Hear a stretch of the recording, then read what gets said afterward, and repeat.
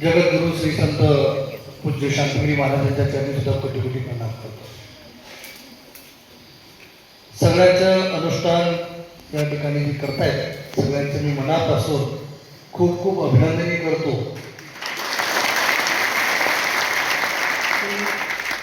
जय बाबा परिवारचे आपण ज्या पद्धतीनं हे अनुष्ठान होतंय, खरं तर मला या ठिकाणी जी युवा शक्ती आहे, आज देशामध्ये ज्या प्रकारची परिस्थिती आहे, हा देश ज्या प्रकारे पुढे जातोय, विकसित भारताकडे ज्या पद्धतीने जातोय, सनातन धर्माला घेऊन जातोय, आणि ज्या पद्धतीनं आपण हा अनुष्ठान करताय की मौन धारण काही हवेवर करताय, काही पाण्यावर करताय, काही दुधावर करताय, काही फळावर करताय, यासाठी आपलं खूप खूप मी मनापासून आहे.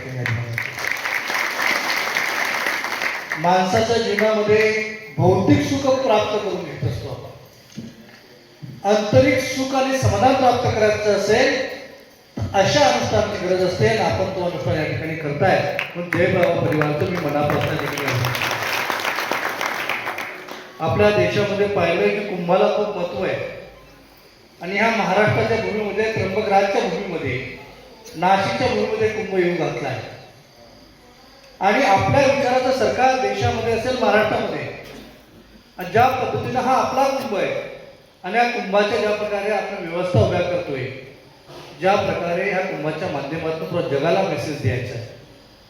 या आपण पाहिलं की जगाचं, देशाचे जगाचं जे वायुमंडल या ठिकाणी निर्माण झालंय, ते सनातनीच्या केवळचं वायुमंडल निर्माण झालंय, ज्यामध्ये ज्या धर्माचं अंत नाही अशा सनातनीचं या ठिकाणी वायुमंडल तयार होते. आणि युवा शक्ती असेल, ज्येष्ठ असेल, सर्व प्रकारचे असतील, अशा प्रकारचं तुम्ही अनुष्ठान करताय, ज्यामध्ये या राष्ट्राचं भविष्य व्हावं, या धर्माचं जागरण व्हावं, यासाठी आपण सगळे मिळून काम करतो.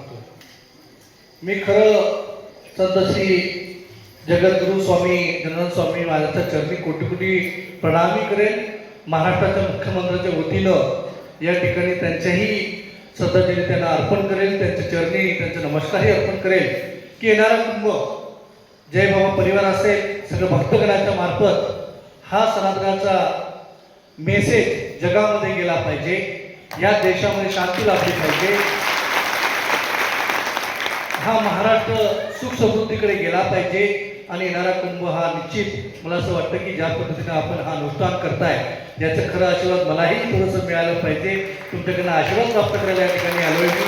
माननीय मुख्यमंत्र्यांनी तुमचा आशीर्वाद त्यामध्ये जेव्हा अनुष्ठान करत असाल तर एक माळ माननीय मुख्यमंत्र्यांच्या भविष्यासाठी, त्यांच्या आरोग्यासाठी, त्यांचं या सुख समृद्धी महाराष्ट्रासाठी सुद्धा आपण जपावी, हीच विनंती या ठिकाणी करतो. आणि मला बोलवलं, आपल्या सगळ्यांचं दर्शन या ठिकाणी करण्याचं सौभाग्य मला या ठिकाणी मिळालं, त्याबद्दल मी सगळं परिवारातर्फे, पूज्य बाबा शांतिगिरी महाराजांच्या तर्फे त्यांचं खूप खूप या ठिकाणी आभारी व्यक्त करतो. आणि माझ्या जय श्रीराम.